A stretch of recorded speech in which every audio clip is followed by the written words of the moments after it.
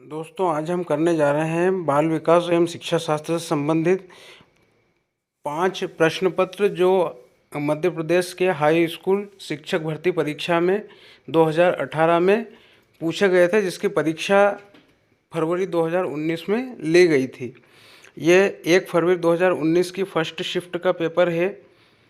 इसके समस्त क्वेश्चन 15 आए थे। 15 क्वेश्चन हम यहाँ पर पढ़ रहे हैं।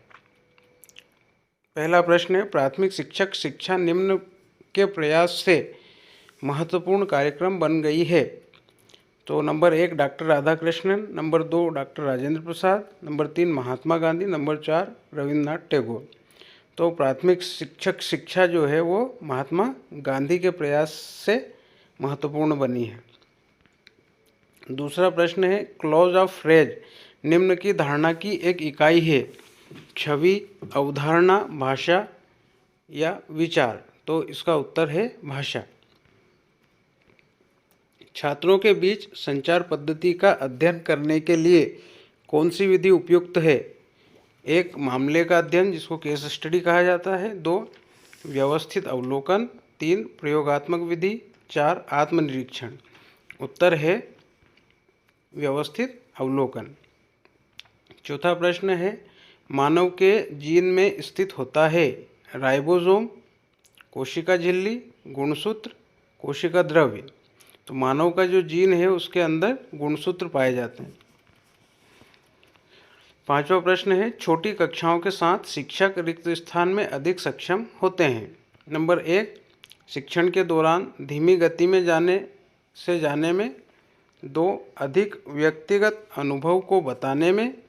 3 छात्रों के बीच व्यक्तिगत मतभेदों के अनुकूल निर्देश देने में। चौथा पाठ्येतर गतिविधियों के लिए अतिरिक्त जगह का उपयोग करने। तो इसका उत्तर है छात्रों के बीच व्यक्तिगत मतभेदों के अनुकूल निर्देश देने में। छठा प्रश्न है, एक काम में व्यस्त होने पर बच्चा ऊब जाता है, यह निम्न का संकेत है। 1 कार्य को व्यक्तिगत दृष्टिकोण की आवश्यकता है। 2 कार्य यांत्रिक रूप से दोहराव वाला है। 3 बच्चा बुद्धिमान नहीं है। 4 बच्चा सीखने में असमर्थ है। उत्तर इसका होगा कार्य यांत्रिक रूप से दोहराव वाला है। अगला प्रश्न है प्रश्न नंबर 7, शैक्षणिक मनोवैज्ञानिक रिक्त स्थान में अधिगम के साथ अधिक चिंतित होते हैं। 1 औपचारिक वातावरण। 2 अनौपचारिक वातावरण। 3 भौतिक वातावरण। 4 सामाजिक वातावरण। उत्तर है औपचारिक वातावरण। 8वां प्रश्न है, विशेष ज़रूरतों वाली शिक्षा वह होती है जो 1 अक्षम व्यक्ति को दी जाती है। 2 दूरस्थ क्षेत्रों के लोगों को दी जाती है। 3 बुद्धिमान लोगों को दी जाती है। 4 औपनिवेशिक मुखियाओं द्वारा स्थापित की गई है। तो विशेष ज़रूरत वाले जो बच्चे रहते हैं वो अक्षम माना जाता है। तो अक्षम व्यक्ति को जो दी जाने वाली जो शिक्षा है वो विशेष ज़रूरत वाले बच्चों को दी जाती है। तो ये अक्षम व्यक्ति जो है उसका सही जवाब होगा। 9वां प्रश्न है, बुद्धि स्टैनफोर्ड बिनेट स्केल को इस वर्ष में पहली बार प्रकाशित किया गया था। 1916, 1903, 1908 और 1900। तो इसका उत्तर होगा 1916। ये 1916 इसका उत्तर है। 10वां प्रश्न है, पद कल्पित प्रयोजनवाद फिक्शनल फाइनलिस्ट इनके द्वारा प्रतिपादित किया गया था। Number 1 Skinner, number 2 Freud, number 3 Adler, number 4 Pavlov. उत्तर है एडलर। प्रश्न नंबर 11, तर्कसंगत भावनात्मक व्यवहार थेरेपी निम्न के द्वारा प्रतिपादित की गई थी। 1 Carl Jung, 2 Carl Rogers, 3 Aaron Beck, 4 Albert Ellis. उत्तर है अल्बर्ट एलिस। 12वां प्रश्न, निम्न में से क्या एक स्कूल में शिक्षा की गुणवत्ता का संकेतक है? नंबर 1 पाठ्यपुस्तकें तथा शिक्षण व सीखने के से संबंधित सामग्री। नंबर 2 स्कूल में आधारभूत ढांचे से संबंधित सुविधाएं। नंबर 3 विद्यार्थियों का उपलब्धि स्तर। और नंबर 4 कक्षा की व्यवस्था। इसका उत्तर स्पष्ट है कि ये विद्यार्थियों का उपलब्धि स्तर होना चाहिए। प्रश्न नंबर 13 है, निम्नलिखित में से कौन सा शिक्षक अधिकारवादी शिक्षण शैली के साथ पहचाना जा सकता है? 1 अबंध शिक्षक, 2 लोकतांत्रिक शिक्षक, 3 निष्पक्ष शिक्षक, 4 प्रत्यक्ष निर्देश शिक्षक। इसका उत्तर है प्रत्यक्ष निर्देश शिक्षक। क्वेश्चन नंबर 14, चिर प्रतिष्ठित अनुकूलन क्लासिकल कंडीशनिंग के प्रवर्तक कौन थे? Number 1 Skinner, number 2 Pavlov, number 3 Kohler, number 4 Freud. उत्तर है पावलव। और इस सेट का अंतिम प्रश्न है 15वां प्रश्न, अल्पकालिक स्मृति के संबंध में निम्न में से क्या सत्य है? 1 सीमित क्षमता, 2 सूचना का संक्षिप्त भंडारण, 3 असीमित क्षमता, 4 20 सेकंड से कम भंडारण की अवधि। अब ये 4 इसमें हमको पॉइंट्स दिए गए हैं। अब इनमें से कौन सा सत्य है ये हमको देखना है। तो नंबर 1 पे दिया है 3 और 4, मतलब असीमित क्षमता और 20 सेकंड से कम भंडारण की अवधि सही है। 2 और 4 मतलब सूचना का संक्षिप्त भंडारण और 20 सेकंड से कम भंडारण की अवधि सही है। या 3 और 4 मतलब 1 में सीमित क्षमता, 3 में असीमित क्षमता और 4 में 20 सेकंड से कम भंडारण की अवधि। ये तो हो ही नहीं सकता क्योंकि सीमित क्षमता असीमित क्षमता दोनों एक साथ ले लिया है इसमें। चौथा ऑप्शन दिया है 1, 2 और 4, 1 सीमित क्षमता, 2 सूचना का संक्षिप्त भंडारण और 4 20 सेकंड से कम भंडारण की अवधि। तो ये जो है ये चौथा ऑप्शन इसमें सही है।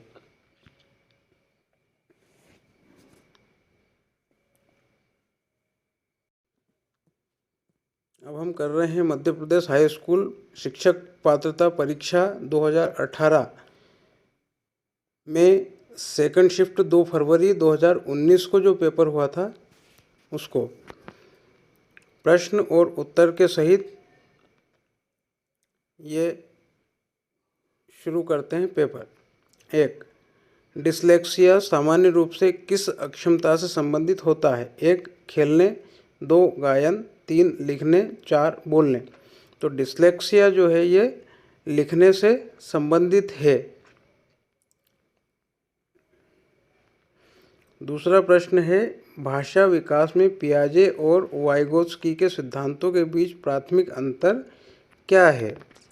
तो नंबर 1 है, वाइगोत्स्की ने तर्क दिया कि विचार भाषा पर निर्भर करता है, जबकि पियाजे ने तर्क दिया कि विचार भाषा के लिए आवश्यक नहीं है।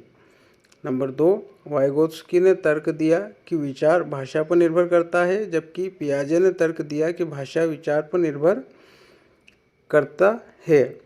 नंबर 3, पियाजे ने तर्क दिया कि विचार भाषा पर निर्भर करता है, जबकि वाइगोत्स्की ने तर्क दिया कि भाषा विचार पर निर्भर करती है।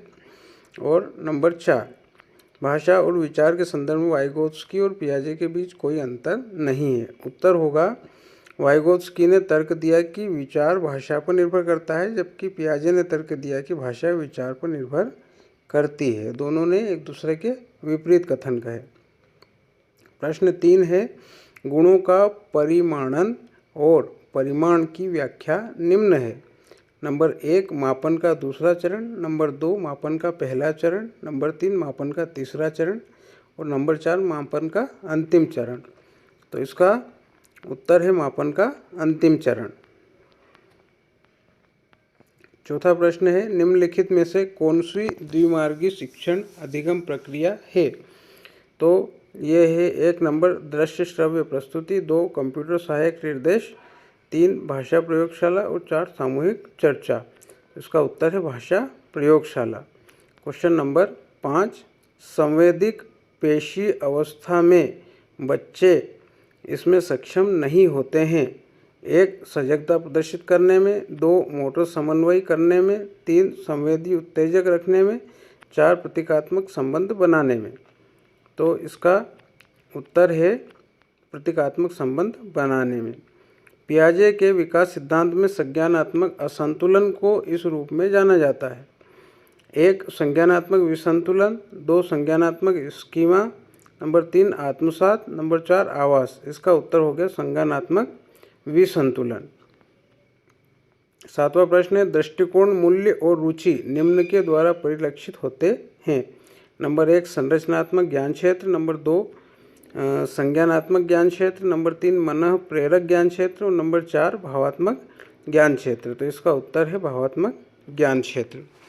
8वां प्रश्न है, सामाजिक अधिगम के सिद्धांत को किसने प्रतिपादित किया था? Number 1 Hull, number 2 Bandura, number 3 Watson, number 4 Spearman. उत्तर है बंडूरा। क्वेश्चन नंबर 9 क्वेश्चन है, निम्नलिखित में से कौन उस प्रक्रिया का इस्तेमाल करता है जिसमें व्यक्ति को एक चिकित्सकीय स्थिति के दौरान एक भूमिका को निभाने के लिए कहा जाता है?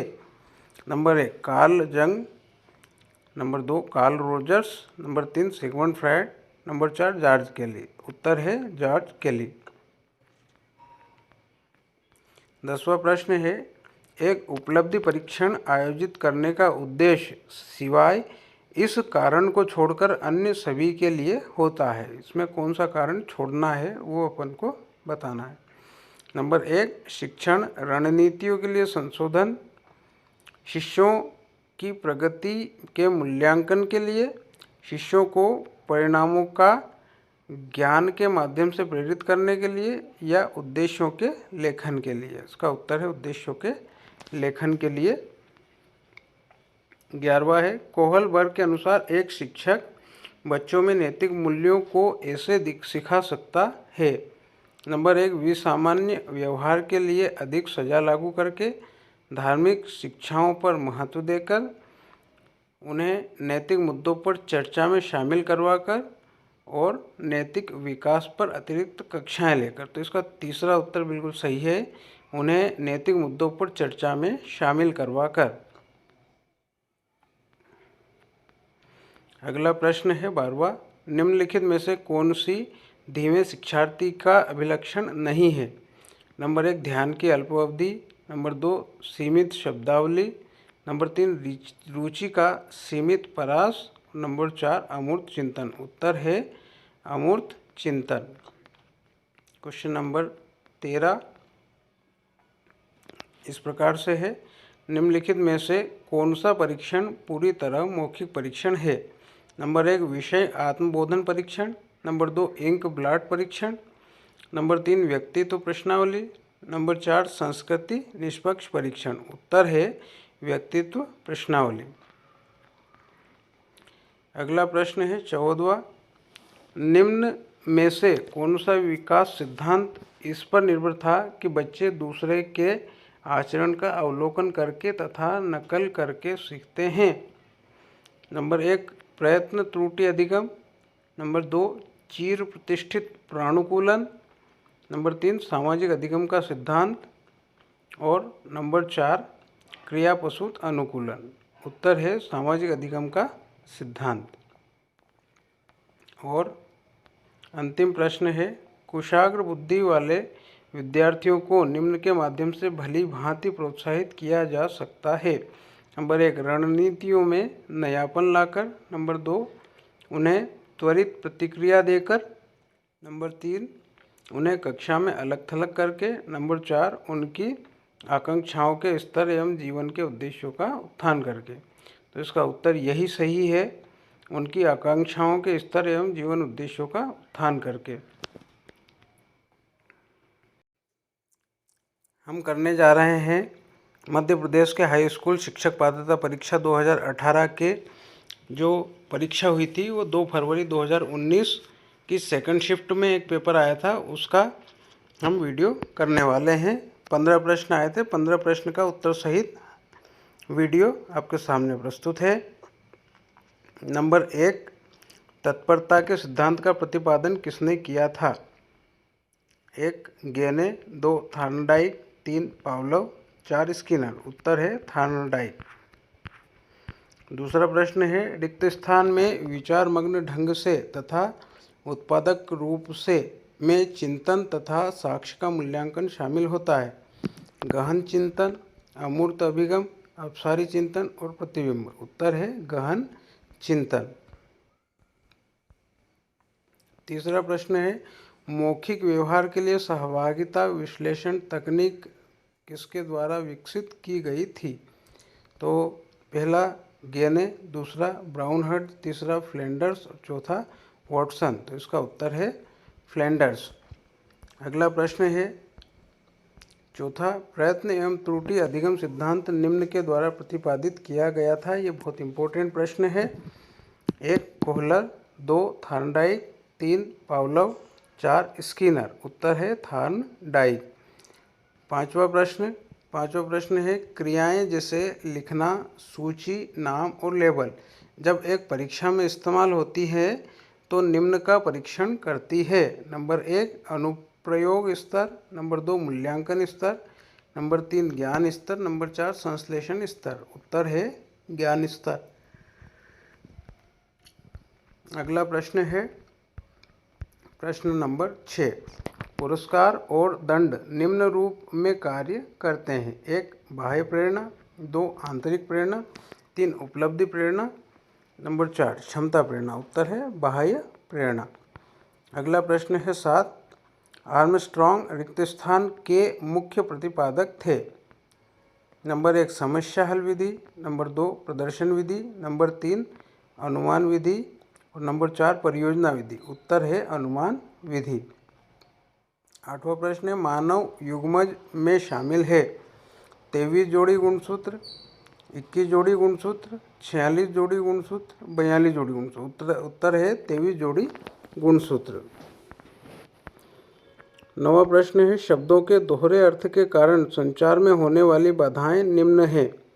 नंबर 1 संचार के लिए शैक्षिक बाधा, नंबर 2 संचार के लिए मनोवैज्ञानिक बाधा, नंबर 3 संचार के लिए शब्दार्थ बाधा, नंबर 4 संचार के लिए पर्यावरणीय बाधा। उत्तर है संचार के लिए शब्दार्थ बाधा। अगला प्रश्न है 10वां प्रश्न है एरिक्सन का मानना था कि स्वस्थ विकास निम्न पर निर्भर करता है। नंबर 1 पुरुष और स्त्री तत्वों के बीच एक संघर्ष, नंबर 2 समस्वरित तथा विषम स्वरित प्रवृत्तियों के बीच एक संघर्ष, नंबर 3 एक अनसुलझा इलेक्ट्रोमनोग्रंथि, नंबर 4 एक अनसुलझा इडिपस मनोग्रंथि। उत्तर है समस्वरित तथा विषम स्वरित प्रवृत्तियों के बीच एक संघर्ष।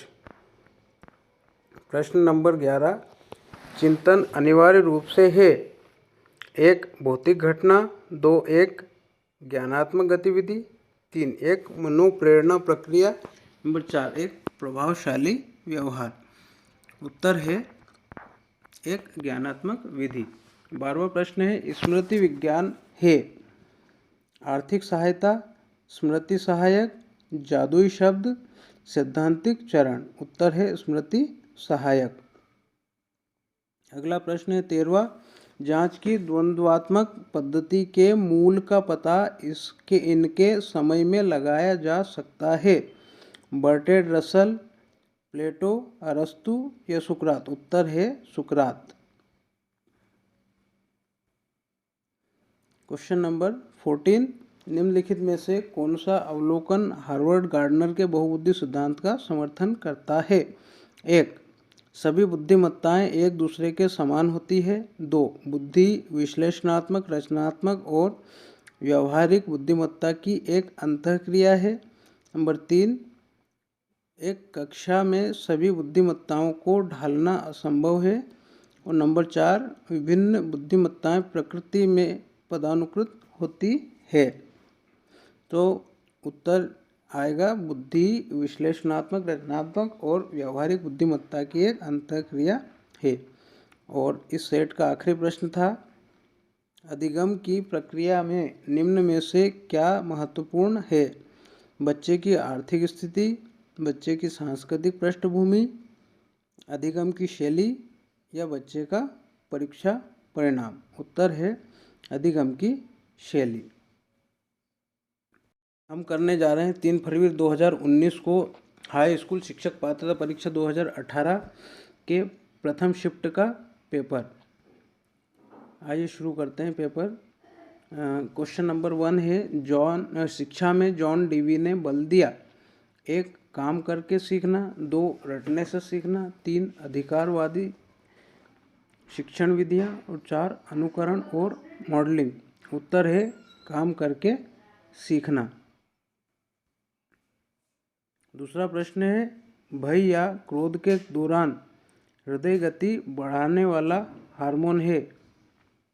पहला इंसुलिन, दूसरा थायरोक्सिन, तीसरा एड्रेनालाइन और चौथा ऑक्सीटोसिन। उत्तर है एड्रेनालाइन। तीसरा प्रश्न है निम्नलिखित में से किस उद्देश्य के लिए समेकित मूल्यांकन का उपयोग किया गया है। पहला यह जानने के लिए कि छात्र की रुचि और काम की आदतें क्या है। 2 मुख्य रूप से छात्रों को प्रमाणित या ग्रेड करने के लिए। 3 सीखने की प्रक्रिया के दौरान विद्यार्थियों की प्रगति की निगरानी करने के लिए।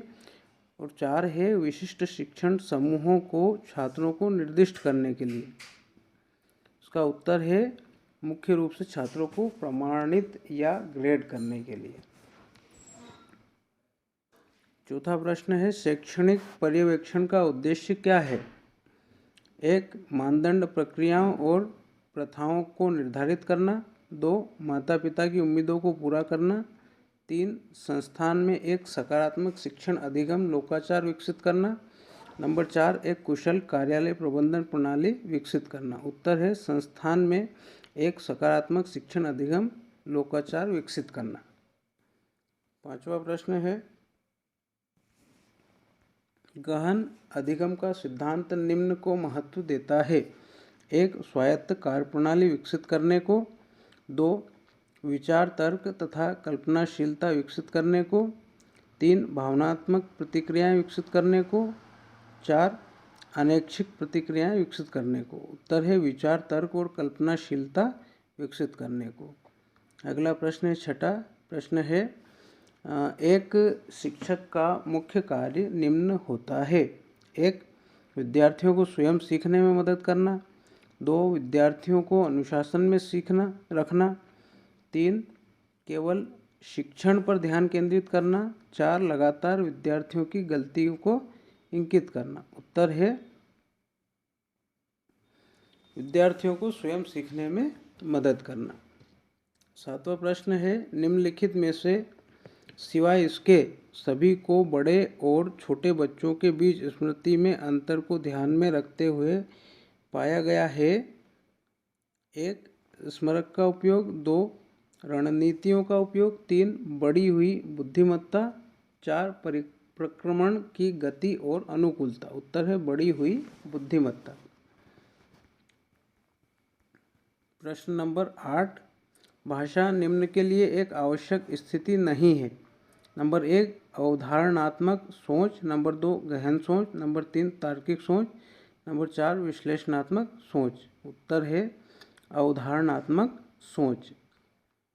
अगला प्रश्न है 9वां विद्यार्थियों को स्व अध्ययन का अवसर दिया जाना चाहिए। यह निम्न के सिद्धांत के अनुरूप है।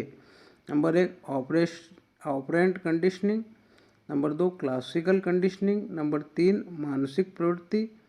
नंबर 4 बहुप्रतिक्रिया। उत्तर है बहुप्रतिक्रिया। केटेल के अनुसार सीखने और समस्या को सुलझाने के लिए आवश्यक क्षमता, शिक्षा और अनुभव की स्वतंत्रता निम्न कहलाती है। 1 अस्थिर बुद्धि। 2 बुद्धिमत्तापूर्ण बुद्धि। 3 मात्रात्मक बुद्धि। 4 प्रसंस्करण गति। तो उत्तर है अस्थिर बुद्धि। 11वां प्रश्न किस सिद्धांत के अनुसार शिक्षकों और छात्रों को एक सक्रिय संवाद में संलग्न होना चाहिए। नंबर 1 शिक्षक केंद्रित। नंबर 2 सामाजिक रचनावादी। नंबर 3 व्यावहारिक। नंबर 4 है संज्ञानवाद। उत्तर है सामाजिक रचनावादी। 12वां प्रश्न एकाधिक बुद्धि सिद्धांत के अनुसार जानवरों, खनिजों और पौधों की सभी किस्मों को पहचानने और वर्गीकृत करने की क्षमता को कहा जाता है। नंबर 1 स्थानिक बुद्धि, नंबर 2 प्रकृतिवादी बुद्धि, नंबर 3 शारीरिक गति संवेदी बुद्धि और 4 अंतरावैयक्तिक बुद्धि। उत्तर है प्रकृतिवादी बुद्धि।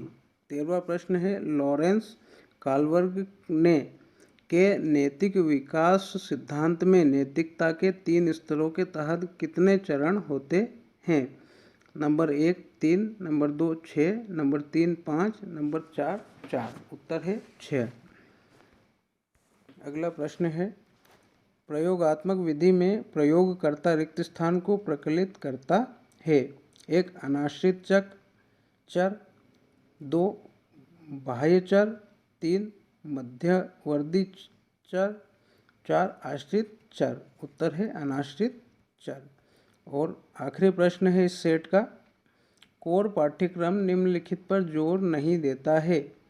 समस्या निवारण पर, विषय वस्तु का एक अच्छी तरह से परिभाषित मुख्य भाग, सामान्य उद्देश्यों पर, विभिन्न विषय वस्तु का एकीकरण। उत्तर है समस्या निवारण पर।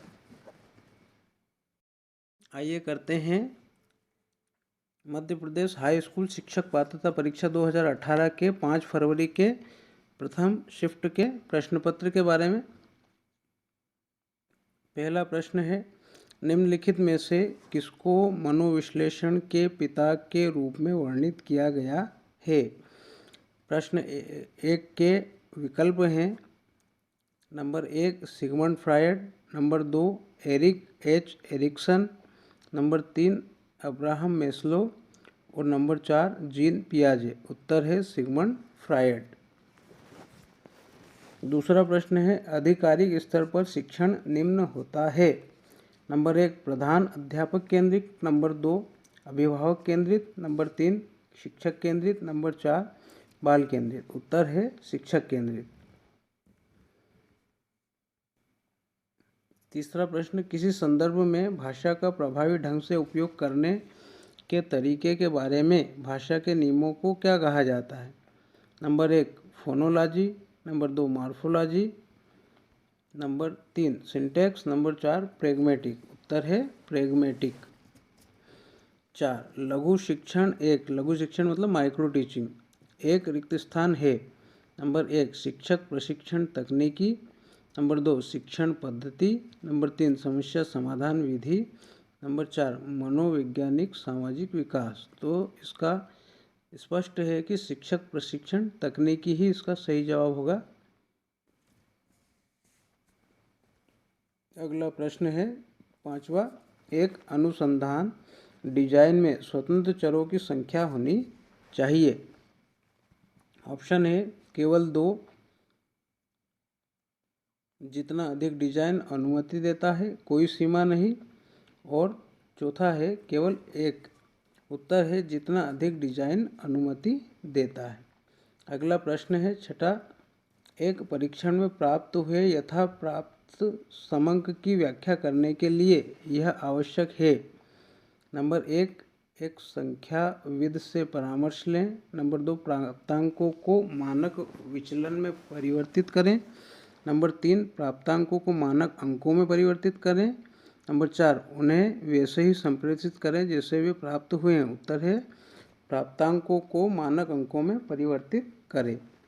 अगला प्रश्न है शैक्षिक सर्वेक्षण निम्नलिखित में से किस तकनीक का उपयोग करते हैं? नंबर 1 केस स्टडी, नंबर 2 नैदानिक अनुसंधान, नंबर 3 साक्षात्कार, नंबर 4 प्रयोग विधि। उत्तर है साक्षात्कार। 8वां प्रश्न डेटा संग्रहण की विधियों में से प्रायोगिक विधि अधिक विश्वसनीय है क्योंकि नंबर 1 प्रायोगिक विधि के माध्यम से प्राप्त होने वाले परिणाम वैश्विक रूप से प्रयोज्य होते हैं, नंबर 2 प्रायोगिक स्थिति की प्रतिकृति बनाई जा सकती है, नंबर 3 अध्ययन किए जाने वाले विषय के लिए व्यक्ति के विचारों व भावनाओं का कोई मूल्य नहीं है, नंबर 4 व्यक्ति की समझ में व्यापक अंतर्दृष्टि प्रदान करती है। तो उत्तर है प्रायोगिक स्थिति की प्रति बनाई जा सकती है। 9वां प्रश्न है निम्नलिखित में से क्या अनुदेशात्मक प्रौद्योगिकी से संबंधित नहीं है?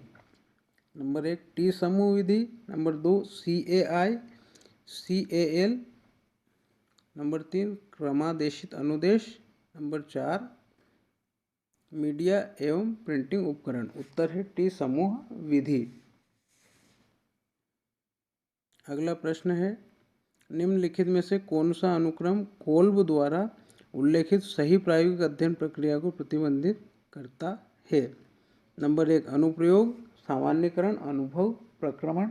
नंबर 2 प्रक्रमण, अनुभव, सामान्यीकरण, अनुप्रयोग। नंबर 3 सामान्यीकरण, अनुभव, प्रक्रमण, अनुप्रयोग। और नंबर 4 है अनुभव, प्रक्रमण, सामान्यीकरण और अनुप्रयोग। उत्तर है अनुभव, प्रक्रमण, सामान्यीकरण और अनुप्रयोग। 11वां प्रश्न है, कौन सा सिद्धांत व्यक्तित्व के विकास में बाल्यकाल के अनुभवों को प्रमुख महत्व देता है। नंबर 1 संज्ञानात्मक, नंबर 2 पारिस्थितिक, नंबर 3 मनोवेगी, नंबर 4 मनोसामाजिक। उत्तर है मनोवेगी। 12वां प्रश्न है, वाइगोत्स्की ने बच्चों के अधिगम में निम्न में से किस क्षेत्र द्वारा निभाई गई भूमिका पर जोर दिया। नंबर 1 आनुवंशिक, नंबर 2 आर्थिक, नंबर 3 भौतिक, नंबर 4 सामाजिक। उत्तर है सामाजिक। प्रश्न number 13, Francis Galton Charles Darwin से कैसे संबंधित थे। तो नंबर 1 है कोई संबंध नहीं, नंबर 2 दोस्त, नंबर 3 चचेरे भाई और नंबर 4 भाई। उत्तर है चचेरे भाई। 14वां प्रश्न है, लिखते समय किसी बच्चे द्वारा पेन या पेंसिल को पकड़ने के लिए उंगलियों के उपयोग से पहले अपने पूरे हाथ का उपयोग निम्न को निरूपित करता है। 1 तंत्रिकी नियंत्रण, 2 सेफ्लो काउडल सिद्धांत, नंबर 3 विशिष्ट संचलन, नंबर 4 प्रॉक्सिमो डिजिटल सिद्धांत। उत्तर प्रॉक्सिमो डिजिटल सिद्धांत है। और आखिरी प्रश्न है, RTE अधिनियम रिक्त स्थान से संबंधित है। नंबर 1 बच्चों को उच्च गुणवत्ता वाली शिक्षा का अधिकार, नंबर 2 बच्चों को निःशुल्क एवं अनिवार्य शिक्षा का अधिकार, नंबर 3 समानता का अधिकार और नंबर 4 अध्यापक शिक्षण का अधिकार। उत्तर है बच्चों को निःशुल्क एवं अनिवार्य शिक्षा का अधिकार।